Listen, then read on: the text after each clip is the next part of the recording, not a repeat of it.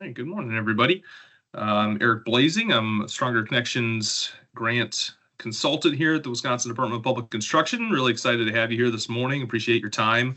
As a reminder, it's going to be recorded, so we'll share it out as soon as that gets processed. I will share the slides and everything in the chat again here in a minute, and by email so that you have those.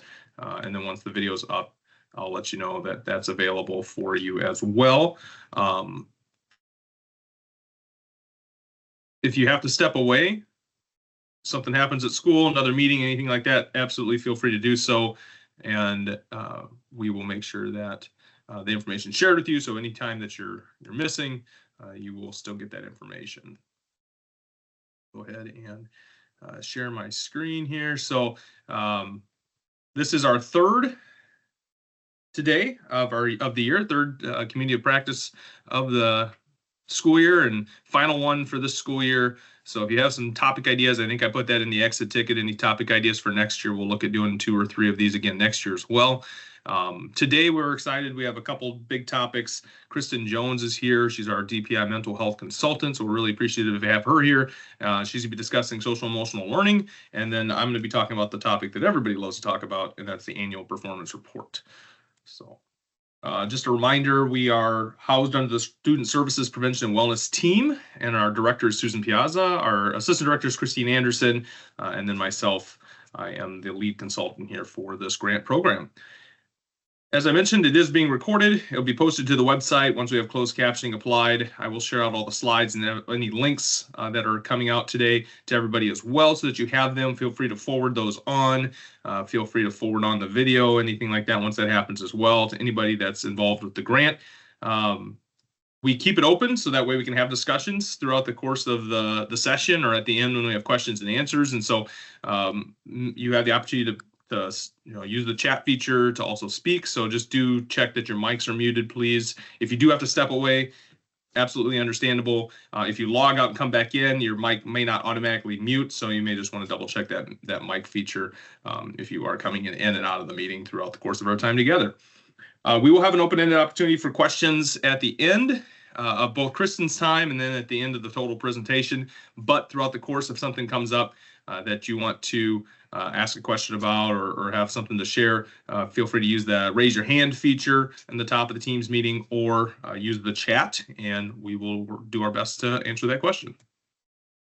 Our objectives for today is that you're going to have the opportunity to connect with peers, that you're going to know more about the resources available from DPI regarding mental health, that you're going to know more about the resources available from DPI regarding social emotional learning, that you're going to know the requirements of the annual performance report here for the Stronger Connections grant, and that you're going to have an opportunity to ask questions of other grantees and our DPI staff. Agenda for today is we're going to start with some just a quick introduction, connection activity. We'll share a brief amount of grant information. Kristen's going to talk about social emotional learning and the work that she's doing and others on our team. And then I'll be sharing about our annual performance report, and then we'll have that open question and answer time at the end for anything related to Stronger Connections. It can be the topics of the day, but also anything else that's maybe coming up that isn't related to our topics today. Also a good chance to share those. So our connection activity, you can raise your hand and come off mute if you'd like. Otherwise, feel free to just drop it in the chat as well. You'll see that chat feature on the top of your screen. You should see that at the top of the screen in your menu bar as well. And so your name, the district, your role within the grant, and then an upcoming project or activity this year, 25, or next year, 25-26, that you're excited about. Doesn't have to be Stronger Connections grant related. Doesn't even have to be school related. So if you want to brag about a cool trip you got coming up, feel free to share that out for us as well to give us something to look forward to as we're getting down to testing season here and all the things, field trips that are coming up for all of your schools. And so I'll start off. Eric Blazing, 2.5 years or so now in at DPI. Prior to this, I was an elementary principal and then a social studies teacher at the high school level. I spent a couple years running a community learning center as well. I am the lead consultant on this. My role has shifted a little bit, and then I picked up some work around Title IV-A, driver's ed, AODA, and so some additional duties beyond Stronger Connections, but kind of still in that same realm and same sphere.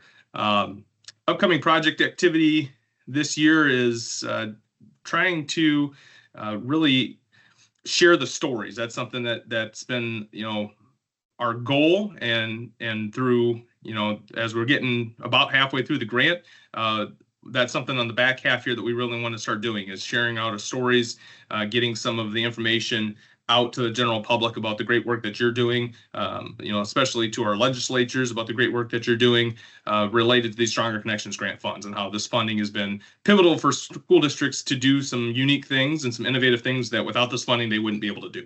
So that's definitely a project and activity I'm excited about moving forward. So I'm going to stop sharing my screen just for a second so I can help manage the chat. Feel free to come off mute if you want. Otherwise, use the chat. Share some things that you're excited about. We have Kim up in Silver Lake. More is PBL project-based learning? Yes, sorry about that. I had to get the Yep. We can all read acronyms. We get it. That's great. Rachel up in Siren, excited to continue their SEL coach position for next year. Heading to summer and some warmer weather. Yeah, I don't know. Yesterday was pretty nice. Today's a little gloomy by me. Emily in Madison, excited for camping this summer. It's great. Kayla in Boscobel, looking to ensure that they're completing their steps within the grant. Excited about implementing sources of strength in our district next year. That's great. I think you'll see some other districts through the grant that are doing similar things. And Jason's excited to finalize a partnership with Rogers Behavioral Health. You may hear about them later in this presentation. I'll jump in. Chris Crow, Cameron School District, Stronger Connections Grant Coordinator and Director of North Star Academy. Yeah, excited about continuing some resilience programming that we've been doing with staff in the district. And then also we're kind of integrating restorative practices and just setting up some August in-service trainings for all staff. So excited about those two things. Awesome. Thank you, Chris. Going off the chat, we have Steven up in Wisconsin Rapids, implementing the work of their trauma team in planning for next year. That's exciting news. Sam is excited about warmer spring weather, continuing to keep building our SEL programming. That's great. We do have a little bit of time here with Christine Anderson, our assistant director. Christine, any exciting projects in your world? Not to cold call on you, but. Thanks, Eric. Just excited about the upcoming opportunity for continued funding for Stronger Connections for our technical assistance grant. So I'm excited to have that roll out soon and to continue to support our grantees. So welcome, everybody. Thanks for all the work that you're doing. Yeah, thank you, Christine. That's one piece we haven't really talked a ton about. So as a department, we did receive some additional technical assistance funding. It's state level funding. It wasn't funding that was able to be directives from the department, from the U.S. Department of Education. It's not funding that we could put into schools, but it's more funding that we can use for technical assistance. So that'll touch a little bit on some of the work that Kristen's talking about later, and able to kind of boost the capacity and boost some of the opportunities through some of the work that she's going to be discussing a little bit later on here as well. All right, Cheryl's here from Southwestern. Good to see her here. Missy from Altoona, excited about their progress with the system of care model and expansion of universal SEL, mapping out tier 2 and tier 3 supports. And Cheryl's implementing some new programming at the middle school, high school called Student Empowerment, incorporating restorative practices and mental health. That is great. Chris, I know you're going to introduce yourself a little bit later, but do you want to share anything here before we move on? I will keep my sharing brief here because I will share plenty during my presentation. But yes, Kristen Jones, excited to be here with you all.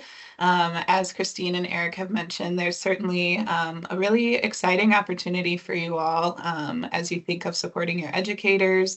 For those of you that are familiar with Compassion Resilience, that is what some of the funding or the additional funding is related to, in providing some support for implementing that toolkit within your schools. So I am also, like Christine, very excited, and Eric too, very excited about that project. And I will speak a little bit more to the detail later on, but very excited to be here and to share with you all for sure. Good morning. Thank you. All right. Let me get back to just a few pieces of information. I'm not going to spend too much time here because I don't want to cut into Kristen's time, and it's stuff that it's a bit repetitive, but there's new people that watch, new people that hop on every time. So I do want to kind of go over some of those basic information pieces, even though if you've been here every time, I apologize. It's repeating a lot of itself. I did send an email out to all the contacts around March 27th, and then that first week of April, I resent it. So if you haven't checked it out, it's titled Spring Update. Just check in there. It's got some good information around WISE grants, claiming, indirect costs, SMART goal changes, a little bit about our reporting, and then an opportunity to share more about your story at our Building the Hearts conference up in December up in Wisconsin Dells. So again, reminders, this grant is through September 30th to 2026. It is remaining within the 2023 year in WISE grants. So if you log into WISE grants and you don't see it, it's because it's living in a past year within WISE grants. So you have to navigate backwards in WISE grants to get there. We don't do placeholder lines, unlimited budget revisions available. So if you're playing around with some funds, costs come in higher or lower than expected, unlimited budget revisions there. And then the next piece I'm going to kind of start leaning on districts a little bit, because we're halfway through the grant now, is claims. Budgeting wise, in terms of our total awards out to school districts, we're kind of right on pace where we want to be, but our claiming is a little bit lower. So we want to try to get claims in. Quarterly claiming is best practice. Maybe you've even got communication from the department, or you will, about even claiming federal funds quicker than quarterly. So getting those claims in helps us to make sure that when we get to next school year and at the end of next school year, that you're on pace to spend all the funds. We don't want to get in a situation where we're sending any money back, or that you're not able to utilize all your funds. So getting the claims in really helps us to get a better idea of where we are in terms of pace. And this is an opportunity that would be great. The deadline is coming up here within a few days, but they are calling for proposals at the Building the Heart of Successful Schools conference. I had the opportunity to go last year, the last couple of years, but I went last year and facilitated a group, and it was one of the best presentations I had seen in a bit. And the reason it was great is because it was a principal, I think a school counselor, and students sharing about things that they were doing in their school. And so those are the type of presentations that really carry a lot of weight and really impact other attendees, is hearing it from people in the field. And so they are looking for stories. If you have some great things going on that you want to share, that Stronger Connections related or not Stronger Connections related, but just things within your district, they are calling for proposals right now for the next few days. So would love to see you there and presenting. If you have any changes to the grant, we are asked, as part of the competitive process, we want you to follow those SMART goals and action plans, but also able to change those based on needs, data-driven needs, cost needs within the district. And so there's a change form, it's the same as it has been, and just get those in. So turning it over now, I will stop sharing my screen. Kristen's going to bring up her slides, and we're going to turn it over to Kristen Jones. She is our mental health coordinator, and very privileged and excited to have her here today. Thanks, Eric. Can you see my screen? Okay. I can, yeah. Okay, perfect. So yeah, like Eric said, feel free to put some questions in the chat. Eric, if I don't see them, just cut me off. Let me know. I've got a little split screen situation going on here. So feel free to come off mic or in the chat, any questions, thoughts, comments. But I'll go ahead and get us started here. So as I mentioned, of course, my name is Kristen Jones, school mental health consultant here with DPI. But just a little bit about me in terms of my role here. I cover just about all the things under the umbrella of comprehensive school mental health systems. So that certainly includes a lot. Some of the things that I've done, I oversee the Get Kids Ahead funding, school mental health, of course, social emotional learning, trauma sensitive schools, and mental health literacy, just to name a few. And then prior to coming to DPI, I was a school psychologist for Milwaukee Public Schools. So that's kind of my background and experience, of course, within Milwaukee Public Schools as a psych. Did a lot in terms of trying to improve school systems and supports, as well as addressing inequities, and of course, assessing for special education. So that's a little bit about my background so that you know a little bit more about me. And then today, of course, is our focus is social emotional learning, as I will refer to as SEL often throughout the presentation. I will have a lot of resources for you all and a lot of information. Some of the information may be new to some of you. Some may be a refresher, maybe something that you already know. But I'm hoping that everyone can walk away with something to learn from, or maybe revisit or access one of the resources here. So just to get us started here, I think in my experience, both here at DPI and as a school psychologist, I often found in conversations about certain topics, I'd talk about certain topics, but know that we did not have a shared understanding of what was being discussed. And SEL is certainly one of them. There's a lot of misinformation out about SEL and what it is and what it isn't. So I thought it would be important here to start with the definition so that we kind of have that grounding and shared understanding. So the definition here is from our webpage, and it really highlights that SEL is a process, very much so not a one-time lesson or an isolated initiative, but something that we see as ongoing development of crucial life skills for our students and our adults. So as educators, administrators, and staff, we are continuously learning to manage our emotions, building healthy relationships, make responsible decisions. So it's a very much so a whole community approach, not just for our students, but for us as well as adults. You'll see in this definition that SEL supports a wide range of competencies. So things like understanding and managing emotions, setting achievable goals, showing empathy, maintaining relationships, and making thoughtful, responsible decisions. And that these are foundational skills, not just for the academic success of our students, but for life skills overall. So I want you to keep this definition in mind as we go forward, because everything else that we'll talk about in terms of strategies, resources, implementation, etc., really ties back to this core understanding of what SEL is and why it matters.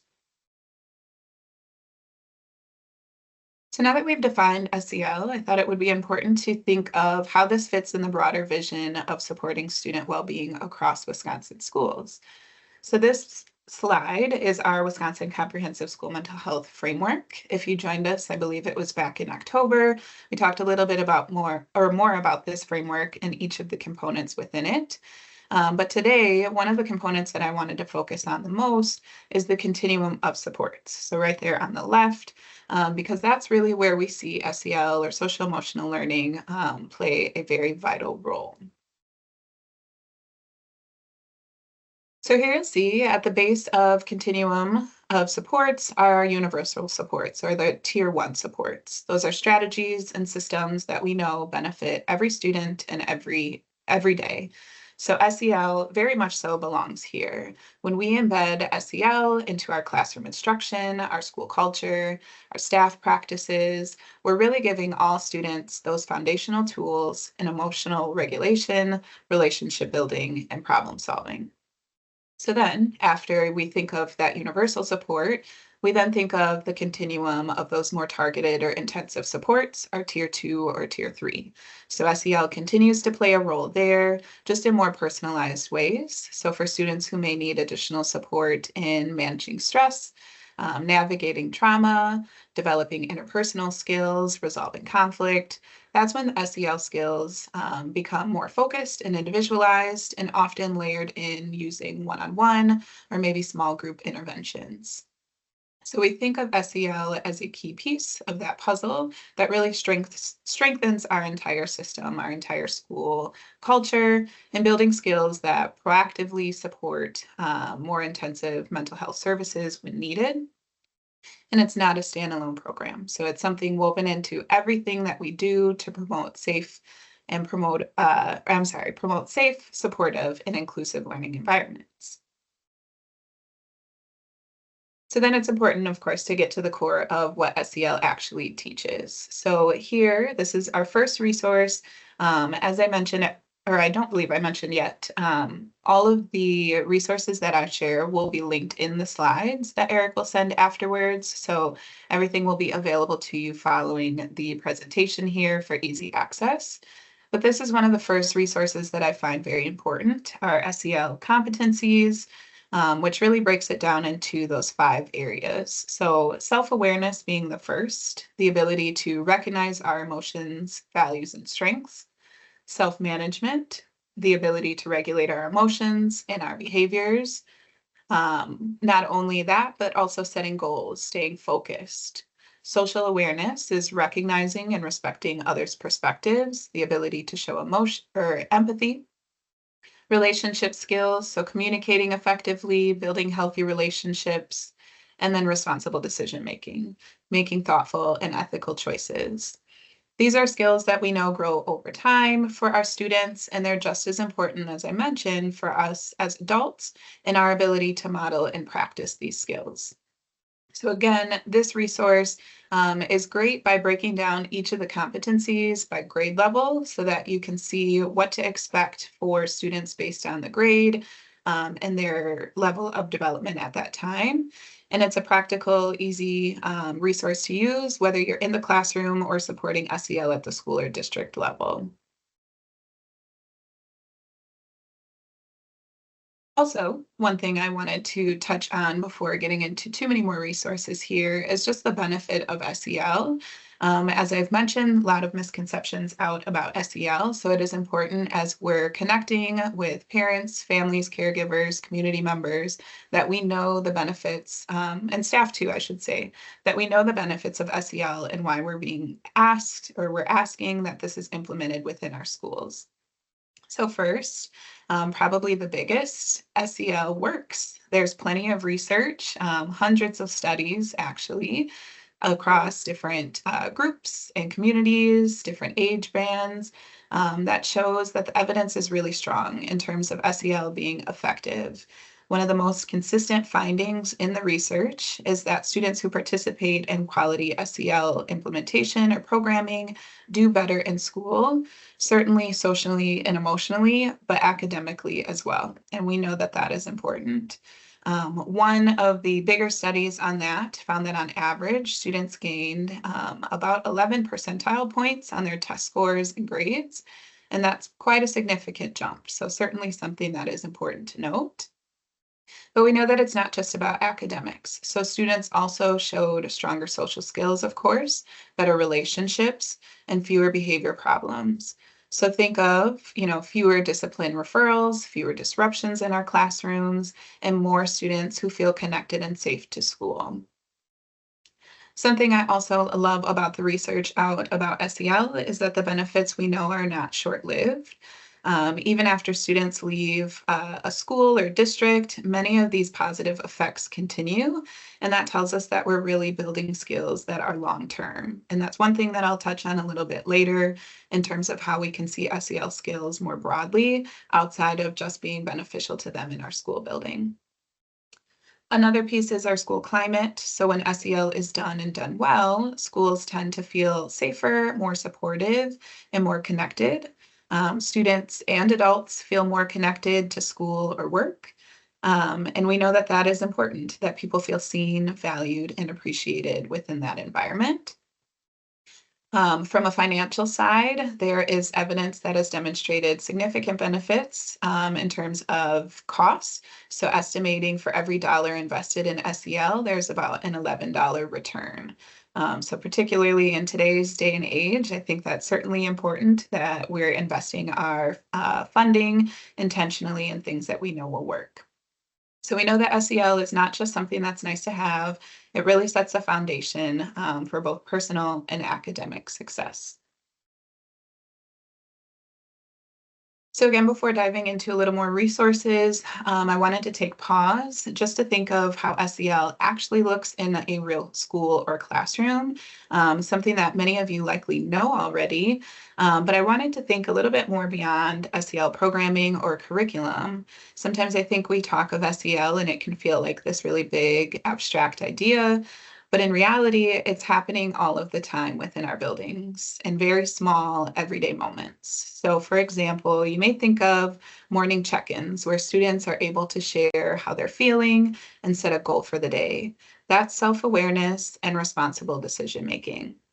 Or a teacher modeling how to stay calm during a frustrating moment, which we know happens in our schools.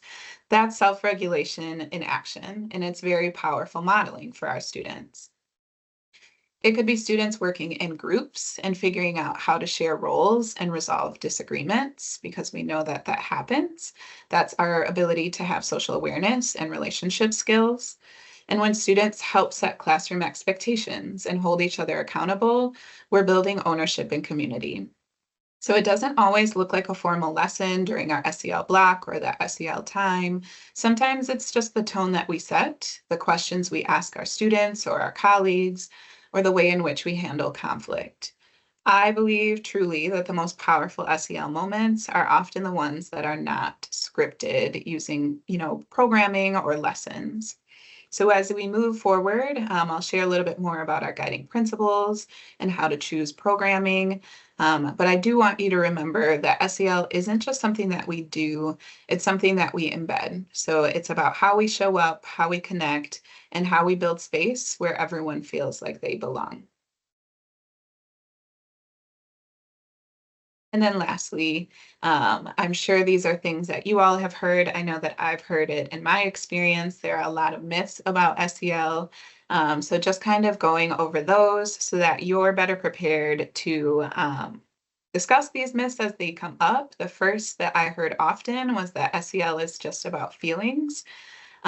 Yes, emotional vocabulary is part of it, but SEL is really about that skill building. So we're talking about things like managing emotions, good decisions, working with others, all skills that students need to thrive in school and in life, and that we need as adults. I heard a lot that SEL takes away from academics. And really the research shows the exact opposite, that when SEL is implemented well and SEL skills are strong, it actually supports better focus, stronger relationships, and higher achievement academically. So when students feel safe and connected, our learning improves. And I certainly know in my experience that not having those SEL skills took a lot of time away from instruction in terms of, behavior interruptions or discipline referrals. That took a lot away from the instruction that was being delivered, much more than SEL, I think, would ever do. And then lastly, SEL is a one-size-fits-all curriculum. SEL is not a box that you check with a single program. It is a framework that can and really should reflect the values, culture, and needs of your school community. So we'll talk a little bit more about partnering with parents and caregivers and just your overall school community to ensure that your values are connected and that you know how SEL supports these values. We did share out a survey in the beginning of the school year, just asking for input on how SEL is going within schools. And we got a lot of feedback from educators. You may have been one of the individuals who completed this survey, and if so, we appreciate it. And when we got the answers back, we saw that implementation of SEL was something that was of concern. That implementation was inconsistent across grades and classrooms due to potentially staffing issues, so staff shortages, turnover, absenteeism, or just lack of buy-in. And that curriculum does not fit the needs of school community. And then in terms of most pressing needs as it relates to SEL, funding and time, of course, training for staff, and then needing an SEL mindset. So many individuals indicating that there's pushback on SEL within their school and community. So really wanting to see an SEL mindset from our families. our community, school boards, administrators, etc. So my hope is that in the information I'm sharing today, I kind of touch on some of these issues that were indicated from the survey. So getting us started here, these are our guiding principles. Again, this is linked in the slides for you. But so far we've talked about what SEL is, why it matters, what it looks like in real life, and some of the common myths that come and get into the way of implementation. So we'll shift our focus now to some resources, starting with the guiding principles here for implementation. But again, reminding you that SEL is broad and layered, and it really is about the school culture, relationships, our adult practices, and more. So much more than just our programming. That said, I'll zoom in here to the guiding principles. So the Wisconsin SEL guiding principles help in terms of implementing programming, starting first with emphasizing the importance of the commitment to equity, ensuring that our SEL initiatives are inclusive and address disparities that we know are present within education. They are strength-based. We use a strength-based approach, so building on individual and community strengths, again, bringing in the importance of partnering with parents and families, caregivers, and our overall community. We have a systems approach, so integrating SEL across all school systems and practices, so seeing tier 1 through tier 3, but then also integrated outside of an SEL block, so integrated into our academics as well.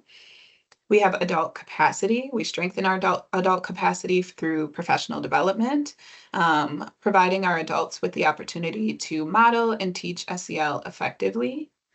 We have partnerships with students, families, and communities. We build resilience, so promoting skills that we know will be helpful for our students and our adults to manage stress and challenges that are a part of our everyday lives. And then assessment for learning. So using the data that we gather through SEL implementation to inform and improve our SEL practices. So this resource just gives a little bit more information in terms of sustainable implementation. It goes a little bit more in depth on each of the guiding principles. So a great resource to use as you're thinking of implementation of SEL.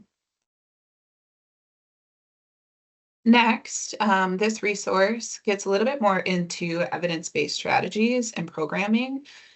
So especially when we're working with grant funding, whether that's state, federal, or private sources, oftentimes evidence-based programs are a requirement. So grant guidelines often will specify that programming needs to be evidence-based. So that means that to make the most of those resources, it is crucial that we, have evidence-based strategies in our schools.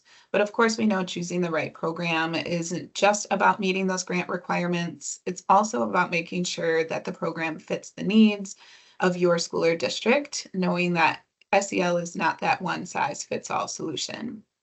So this particular resource helps you navigate through a variety of different evidence-based strategies and programs. There's a spreadsheet on here that has all of the evidence-based programs, and then it helps you to select what fits best for your school or district. So there are resources like the CASEL tool and the Hexagon tool that help you evaluate and choose the right program by considering factors like feasibility, cost, impact. And then there are program registries, so access to trusted national registries like CASEL and What Works Clearinghouse to help you explore programs that have been researched and proven to be effective. So I think these resources or these tools really help or allow teams to have those intentional discussions about SEL programs that best meet the needs of your students, whether you're aiming to address trauma, improve social skills, or build resilience. And by ensuring you're selecting a program with evidence backing, you know that your school or district is setting yourselves up for success there. So great resource to use as you're thinking of what programming works best for you, but then also seeing what all is out there so that you can make the best choice. So as we think about supporting students with SEL programming, it's also equally important to expand our focus beyond just the school walls. So as I've mentioned, taking that very universal approach and partnering and engaging with our parents, families, and caregivers to reinforce SEL at home and in our community. We know that this strengthens SEL skills in order for students to develop them, not only within our school, but outside of that school as well. So to be intentional about this, we should provide clear, accurate definitions of SEL when talking with families to address the potential pushback that we know happens with some of our communities. So as you notice, I started here with just the definition of SEL so that we know what we're discussing. And sometimes that's what it takes in those conversations with families, is a definition of what SEL is and really what it looks like in real life. Supporting social emotional well-being of educators is also important. So we think of partnering, of course, with our parents, caregivers, community, as well as thinking about our educators. So it's very important to support the well-being of our educators. I certainly will have some resources related to that as well. But noticing and recognizing that the better able or the more our educators, their well-being is, good and where it should be, they're able to model then those SEL skills for our students. So in thinking of families, caregivers, and community partners, these are some resources that I wanted to share that are helpful for reinforcing SEL at home and supporting their child or our students' emotional development. So first on the left is Leading with SEL. This site offers very practical strategies and activities for parents and caregivers to foster SEL skills within their children, helping them to manage emotions, building relationships, and making responsible decisions. All of the things that we would be doing within school, but having them, have these opportunities outside of school as well. The second being the Marietta Valley Parent Guide. This is a helpful guide with actionable tips for parents to reinforce emotional regulation, empathy, and social skills in their children, creating a supportive home environment. And then the Center on the Social and Emotional Foundations for Early Learning. This resource is particularly for development of younger children, and it provides activities, videos, and strategies to help families support early SEL at home. So great resources to share with families, caregivers, and community partners. Again, just to build that shared understanding, but then also to provide some opportunity to reinforce SEL at home.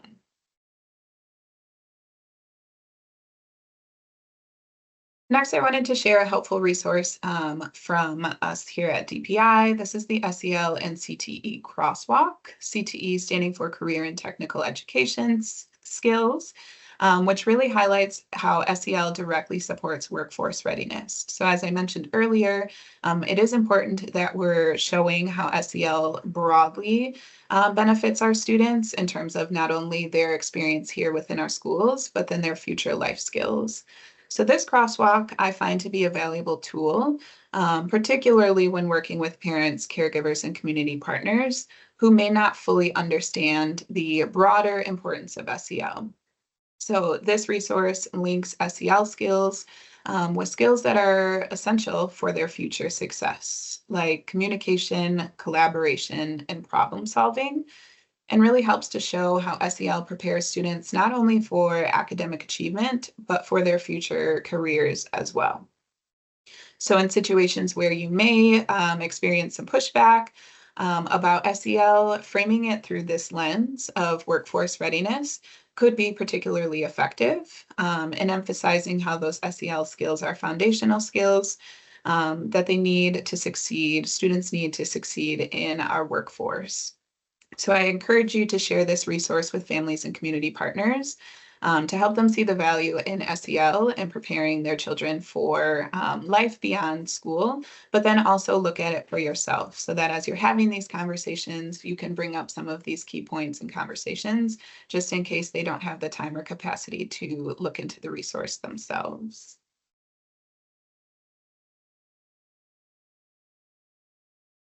And then thinking of our educators. So earlier, we talked about the importance of supporting SEL that isn't just within programming, but involving families and caregivers to reinforce the skills outside of school. And now we'll focus on another critical piece of that, which is our educators. So the ability for our educators to model SEL skills is really essential to creating that positive school environment. Teachers and staff not only teach these skills, but they also provide students with opportunities to practice these skills daily. So for that reason, we know that educator well-being and their own SEL knowledge is incredibly important. If educators are equipped with strong SEL skills and have the support they need to manage their own well-being, they're better able to foster a learning environment where students can thrive socially and emotionally. So we'll talk a little more about compassion resilience. Some of you may be familiar with it, some of you may not, and that is okay. This is a toolkit specifically for educators and thinking of their self-compassion and how that shows up within school buildings, and then their ability to show compassion towards one another within schools. So we know that being an educator today is certainly very challenging, maybe more challenging now than ever. And balancing the needs of our students while managing workloads and navigating societal pressures can easily feel overwhelming. That is where we feel that the Compassion Resilience Toolkit really becomes essential. So compassion resilience, as it's defined, is the ability to maintain emotional strength and well-being while providing empathetic support to others in difficult situations. Something that we do probably every day as educators. So very important to kind of understand what it means to be or have compassion resilience. In order to do so, we have to develop healthy boundaries and practice self-care. So we are often as educators in roles where we give a lot of ourselves to support our students, our families, our community. But sometimes we often forget ourselves and taking care of ourselves. And that leads to burnout and compassion fatigue. This toolkit, of course, helps to combat that and hoping that we can recognize where we're at in the compassion fatigue cycle, which I'll talk about in just a moment. But very important and very much so connects to educator SEL skills. So just as we teach SEL skills to our students, we need to, as educators, apply these skills to ourselves. Managing emotions, building relationships, and making responsible decisions are just as important for us as they are for the students that we support. We need to prioritize, of course, our well-being in order to model these skills for our students and then create that environment where all of us thrive. So here is the compassion fatigue cycle. This is a resource within the toolkit. I will note, again, this is linked here, but the Compassion Resilience Toolkit is a free resource available to you all through Rogers and Wise on their webpage. It is linked there. But this is a compassion fatigue path, which helps us to recognize where we are at in that cycle. So educators, as we know, often experience compassion fatigue as a result of emotional exhaustion. We're constantly giving care and support to others. So this fatigue cycle illustrates the path that we find ourselves on and helps us to identify where we're at so that we can hopefully move from fatigue or burnout to compassion resilience. And in doing so, we're better able to show up for our students and families each day. So this toolkit is linked here. Very important for supporting staff wellness and resilience, focusing on individual skills and systems level culture and change. One thing that I'll note about the toolkit is that many schools have implemented this toolkit in a variety of different ways. There's a lot of flexibility in how it can be implemented. The toolkit includes circle agendas that can be used in staff meetings, maybe PLCs. Some schools have used it as a after-school meeting where they provided staff a stipend to attend. just kind of meeting the needs of our educators. We know that our educators have a really high workload, so asking educators to stay after school for an additional meeting may not always be so exciting, but there are different ways that you can implement this within schools. Oftentimes schools start very small with a small group of educators and then go a little bit more broadly as they have a little bit more buy-in and capacity to implement this within their school. We have found from the toolkit that, of course, educators have better self-compassion for themselves, but then they have or show compassion towards colleagues as well, which then leads to a better school climate and culture in which we as educators feel supported, appreciated, and valued, which we know is important for our students, but it really is important for us as well as educators. So when we think of SEL, this toolkit specifically helps our educators model those important SEL skills, compassion, empathy, emotional regulation, and that these are not just for our students to develop, but for our educators, we need to develop these skills for ourselves in order to model these skills. The toolkit provides opportunities for open discussions on how we can support one another in boundary setting or self-care. So for example, a staff member may recognize that they need to set a boundary of not working after contract hours. And so they've shared that with their colleague, and their colleague then supports them in doing so. If the colleague sends an email after work hours, they respect that that email will not be responded to until the next morning when we're back at work. And just kind of having that space where individuals can set boundaries and we can support each other in doing so. So very important, in my opinion, to focus on our educators so that we know that their wellness is prioritized, but then also they can show these skills and provide opportunities for our students as it relates to SEL. I will mention, I don't have a particular slide on this, but I will mention if this is something that you are interested in, as we talked about earlier, there is additional funding for us to provide implementation support in using the Compassion Resilience Toolkit. So the Compassion Resilience Toolkit, we have our training of facilitators. So you may have participated in that already, and that is okay. That's great, actually. If you have, awesome. If not, that's fine as well. We do them in fall, winter, and spring. And the funding that we have available will provide an opportunity for us, along with the Wish Center and Rogers, to provide coaching, communities of practice, and the coaching is individualized. So we would meet with just your school. Communities of practice would be other schools across the state and their implementation. And then there's also an opportunity for leadership to come and have a community of practice as well.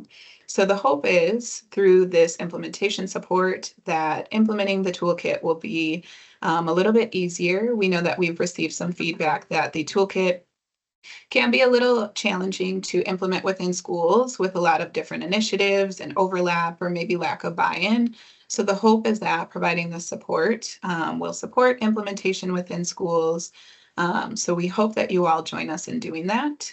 Feel free to, I do have my information at the end of the slide, but connect with either myself or Eric, and we will absolutely get that information to you because we would love to see this in our schools, in all of our schools, and taking care of our educators, but we know that implementation can be challenging. So hoping to support that through this additional funding within the next 2 to 3 years or so, we'll be providing this. And then our hope is to collect some data so that we can continue this funding moving forward. Related to the Compassion Resilience Toolkit, there is also a caregiver resource guide. So as I mentioned before, of course, important to think of our parents, our caregivers, our community partners. And we know that it is certainly challenging to be an educator, but it also is challenging at times to be a caregiver. So this guide is really designed to support caregivers in helping them to manage stress, prevent compassion fatigue, and maintain their own emotional well-being, all key components of SEL. This guide offers some self-care strategies as well as mindfulness techniques, which help our caregivers to stay emotionally balanced, a critical aspect of SEL, and also encourages compassionate parenting, guiding caregivers and creating supportive, positive environments at home that mirror the same SEL principles that we aim to foster in schools. Helps them to recognize early signs of burnout and offer some practical strategies or steps to address it. And that this resource is not only supporting the well-being of our caregivers, but also strengthens their ability to model SEL skills as well. So empathy, emotional regulation, etc., showing those skills at home. So this connection between caregiver wellness and SEL is essential for creating a consistent, emotionally healthy environment for children, both at school and home. I will note too, although we hope to expand even more, this is available in English and Spanish. So great resource to share with families.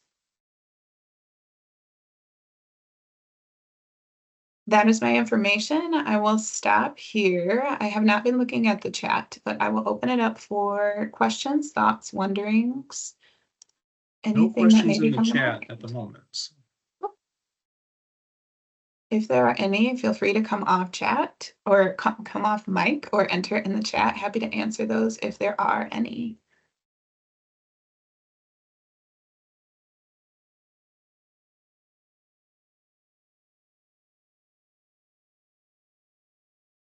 And I know that was a ton of information. So if there are questions, thoughts, wonderings following the presentation, feel free to connect with me afterwards. I'm happy to answer questions or connect you to resources that may be helpful for you in your school.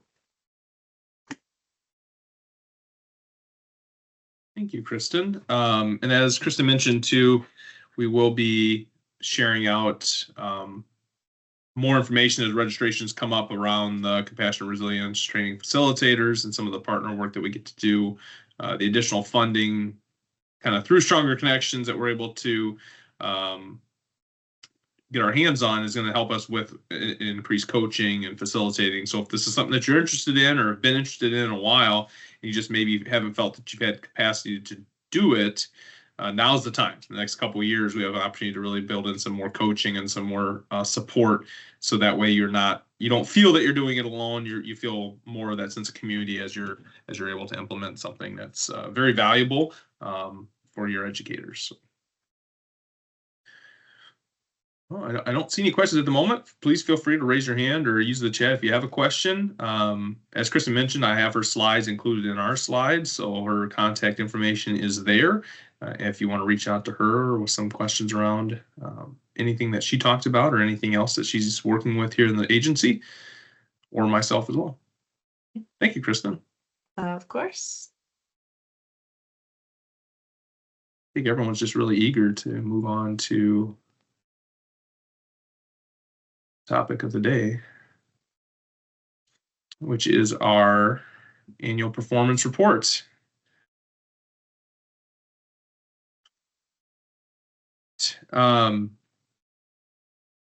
So annual performance report, the officially opened yesterday, but the emails did go out on Thursday of this past week. There's a Qualtrics piece that doesn't really allow us to send more than one. I also learned that if we send emails out to like a bunch of contacts at one time, that's considered spam, and there's a law against spam. So that's always a good little bureaucratic thing to work around here for us as well. So the emails went out to district administrators. They can forward them on to the contacts that are going to be doing the reporting. I did send an email, I think yesterday, with just a link to today and reminding about today, but then also just letting everyone know those emails are out there. So you may need to reach out to your district administrator just to make sure that it doesn't get lost in their inbox, and request that email to get forwarded to you if you're the project person in charge of filling out that performance report. The reporting window is open for about 8 weeks or so. We're keeping it open through June 13th of 2025. So opening yesterday through June 13th. There's a technical assistance document that's linked here to the slides. I'll share it in the email as well. It will walk you through these questions step by step. I have a couple virtual office hours, one in May, one in June. So if you have questions as you're going through the report, feel free to hop onto those and reach out. In the email, I have my bookings link as part of my email signature. So you always feel free to click on that. Pull up my calendar and you can schedule individual meeting with me as well as you come across questions. So we're going to kind of go through question by question here. If you were a part of the reporting process last year, the report looks exactly the same. There are no changes to it. There's no changes to the questions. The wording is the same. The categories are the same. Everything is the same. Your answers may be different now. If you remember, last summer was our first reporting window, and it was only reporting on February 1st of 2024 through June 30th. So it was a very short period of time. Most of you probably had minimal implementation of the grant at that point, and so there maybe wasn't as much to report. Obviously, this school year, probably more to report on, so it may be a little bit more time consuming, but everything is the same. So if you look back to your records from from last year, you should have a good idea kind of what direction you need to go in your reporting this year. So it is an individualized link for each agency that when it gets sent out. So you will see it populate the information, the administrator, the project contact, and the fiscal contact. I did as best I could to update that with any new changes. Obviously, turnover is something that we're dealing with in all the school districts. And so if there has been turnover, it hopefully is reflecting that. If you are seeing a change that isn't reflected, then you'll have the opportunity to fill out that information in there and correct it if it's a different project contact or administrator or fiscal contact. Section 2 is around our SMART goals. And so again, some districts have made some adjustments through the SMART goals based on data or anything that's come up within their district. And so this doesn't really touch on action steps. It's really more specific to the SMART goal, the broad SMART goal, not the individual action steps. But if you've made any changes to SMART goals, double check. I again tried to update it as best I could based on our records of changes. Also, if there is a change to be made, you'll have the option to be able to do that as well.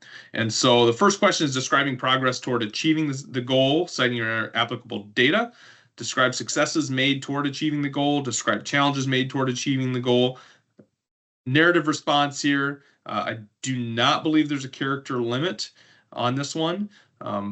Feel free to share, as much as you want to give us a better picture on how things are going within your district. Once you get through your SMART goals, it'll populate the ones that you have. So if you have 2 SMART goals, it'll populate 2. If you have 3, it'll populate 3. Once you get through those, it will ask if you require a modification to any of your SMART goals. If the answer is no, click no, it'll move you on to section 3. If you do click yes and there's a modification, either one of your SMART goals maybe is not correct, it didn't reflect what you changed your SMART goal to, or you want to make an adjustment now, it'll take you to a page that looks like this, and it'll have the link, which I shared earlier in the slide deck, to that program change form. So that's the form we'll use moving forward here. It'll have that link for you. Click on that.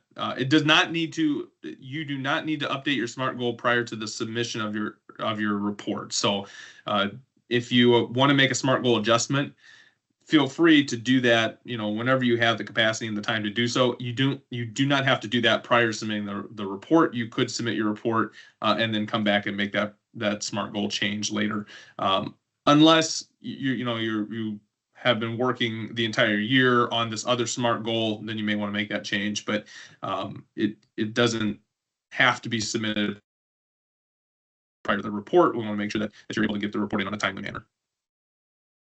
So grant activities by category. This is one that is a little bit bigger. It has a lot of different activities, a lot of different categories for you to report on. It's going to ask these 3 questions. Did you, asking for a brief description around these 3 questions. Did you coordinate with other schools and community-based services and programs? What are some activities that you're doing to foster safe, healthy, supportive, and drug-free environments that support student achievement? And what activities are you doing to promote the involvement of parents and caregivers in the activity or program? So the first 3 questions, and then it's going to give you some categories to report on individually. So there are 11 categories. The first one is school-based mental health services, providers, and programs. Second category is mentoring and other relationship building activities. Third category is programs or activities that help prevent bullying and harassment. Fourth category is physical security, including security equipment, locks, technology, and devices. Fifth category is school safety personnel, including school safety resource officers or law enforcement. Category 6 is implementation of school-wide multi-tiered systems of supports, positive behavioral interventions, and other efforts to improve positive school climates and reduce exclusionary discipline. Category 7 is programs or activities that address community violence intervention and prevention. Category 8 is after-school programs for students, either academic or enrichment. Category 9 is school dropout prevention, school reentry programs, and other efforts to keep students on track for academic outcomes. Category 10, professional development for educators and school staff aligned with purposes of the Stronger Connections grant. And 11 being an other category. In each of those categories, it's going to ask the same questions. So you're going to have and it's going to look like this on your screen. It has all the categories on the left-hand side and then these 4 columns. So these 4 columns are asking what are the number of personnel hired to complete these activities. Okay, if there is none, then it will require you to put a 0 in there. It can be listed as partial. So if you are, putting 0.25 FTE, that's allowable. It does not have to be 1.0. It can be 0.25, 0.50, 0.75. Were funds used to purchase? The next category is were funds used to purchase, used for the purchase of services and or supplies within that category. It's a simple yes or no question. It's a drop-down box, yes or no. The next question is, what is the budgeted amount for that category? So the total amount submitted within your most recent approved WISE Grants budget. So you navigate to WISE Grants, see what is your most recent approved WISE Grants budget. That's the budgeted amount. And you'll have to do a little bit of probably some paper math on the side to add up the categories because the federal categories are not going to maybe match exactly to what our WWOOFR combinations look like. And then funding expended. So then you'll also in WISE Grants navigate to your claims and you look at what has been claimed on the activities within your budget. How do they align with the categories? We're looking for the best possible answer you can give us.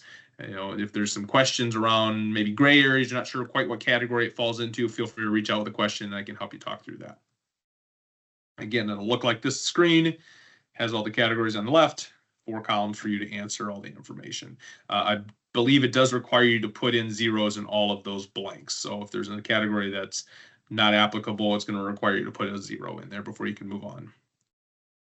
Section 4 is our personnel section. And so this is the number of personnel by personnel type funded by Stronger Connections grant funds across your LEA. Chris, what question do you have? Yeah, I just wanted to jump back real quickly. Yeah. Is our funding budgeted, is that going to be like, I mean, I know maybe formally audited isn't the correct term, but does that have to exactly match what's budgeted in WISE Grants right now? So column 3 will need to be exactly the same as what's budgeted, because again, the WWOOFR codes versus those categories that's going to be an interesting math problem, I guess. So I'm just wondering if that's an exact number that we need to have matched up. It's not going to like cross-reference that in WISE Grants. So I think, we want as close as you can. There may be some differences. Okay. There may, you may have a lot that kind of fall into the other category, depending on what you're spending the funds on or what's budgeted. So, we want you to try to get as close as you can. If you're running into issues, because again, these categories on the reporting side are going to look a little different, feel free to reach out and I can help talk through those too. Okay. So it's not gonna, if it doesn't match up to your WISE Grants budget, it's not cross-checking it and requiring it to be a 1-to-1 ratio. We want it to try to be as close as possible. Our good effort is really what we're looking at. I mean, we're going to put the effort to make sure it's as close as we possibly can get it. Yes. Okay. Thank you. Good question. So section 4 is personnel, and it's going to ask for the number of personnel by personnel type funded by the Stronger Connections grant. The categories are credentialed school-based mental health service providers, staff administering school attendance, dropout prevention or reentry programs, staff implementing after-school programs, and staff who implement and enhance school-wide prevention activities, such as the MTSS, PBIS, school climate initiatives. Also, staff who implement enhanced school-wide prevention activities, community school coordinators and other personnel coordinating wraparound community services and supports, or other personnel related to the purposes of the Stronger Connections Grant, mentoring, anti-drug, anti-harassment, relationship building, etc. And this is asking what number of personnel are being funded within those categories by Stronger Connections Grant. So if you're purchasing curriculum or, SEL, let's say SEL curriculum, since we talked about that, and your school counselor is providing that, but you're not paying any of that school counselor's time, it's not in addition to her normal job duties, you're not paying any of her salary on this, then you wouldn't need to answer that you wouldn't have any extra personnel time. This is looking more at specifically like you've hired a mental health navigator because of this grant, or you are adding some additional duties, and so you're paying a stipend, or you're paying part of the salary of your school counselor or school psychologist to administer some SEL because of this grant.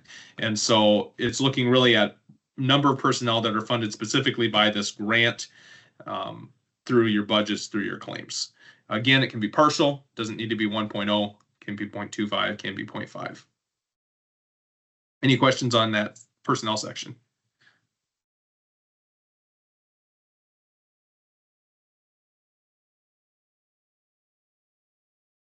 Section 5, then, is going to be narrative responses. And so no character limits here.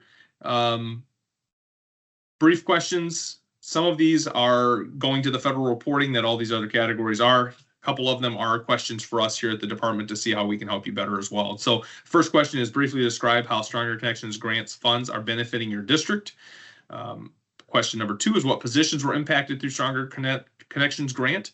Is there any new positions created, any increase in FTE or current positions? Have you been able to continue a position, that you had started in ESSER and would not have been able to continue without this grant funding? Those are the kind of stories and impact that we want to see here. Did the Stronger Connections grant allow your team to make any updates to district procedures? Is there anything, I think of an example, one school district's plan is working on some universal screening within their 9th grade population. So that's something that they were able to do because of this grant. And that's what the district procedure they're going to start implementing. So is there anything like that that you've been able to do because of this grant to update district procedures? We want you to share examples of any positive impacts that the grant has had on your district. That is an optional question. You're not required to answer that. Would you be interested in sharing your story? Yes or no question. Again, for us, we want to try to start getting this word out more intentionally through the next year and a half about the impact that this funding has had on your districts and on your students and on your families. And please share any additional information that you feel would help DPI better support or assist your district with the implementation of the Stronger Connections grant. And that's it. Then you've made it to the end. So it's not as big of a reporting form as some of the other programs. Though I think the tricky part that kind of Chris alluded to and that is going to be tricky is the categories laid out within the federal guidance aren't going to match one-to-one with WWOOFR. So you may have to do a little bit of paper math on the side to align those categories. Again, if you have questions around some of those things, feel free to reach out, come to the office hours, or reach out individually. Set up a bookings meeting with me individually, and we can walk through if you're running into some questions around what categories things go in. And there is also another category if you have some spending that's unique and doesn't really fit in there. So that is the APR. Do we have any questions? Are there any questions related to the APR? Any questions related to what Kristen was talking about with SEL? Any general questions, thoughts, resources you found, good things happening in your district that you'd love to share out?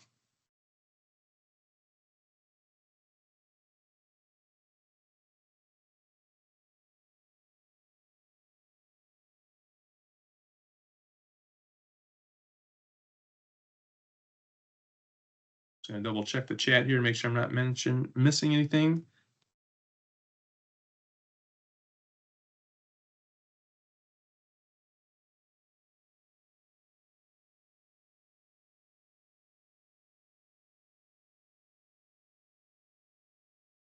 I don't see any questions in the chat. I'm going to go back one more time before we head out. So just as a reminder, I do an office hours every month virtually, Wednesdays from 10 o'clock to 10:50, 11 o'clock. It's come as you are. Any questions, that you want to bring in? May 7th is the next one. And I typically do it about the first Wednesday of every month, unless it's a holiday or close to a holiday. So those are the upcoming virtual office hours. And I'm going to pop the exit ticket back in here. I'll send this out in an email to everybody as well. But our email, strongerconnections@dpi.wi.gov. You can also reach out to me individually.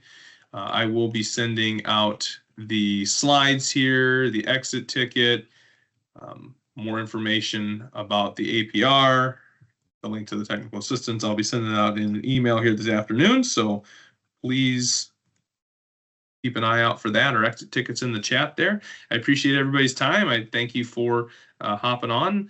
Feel free to stick around, ask some questions, share anything that you got going on. Otherwise, you're free to get back to serving your district and your students. And thank you for all that you do for us.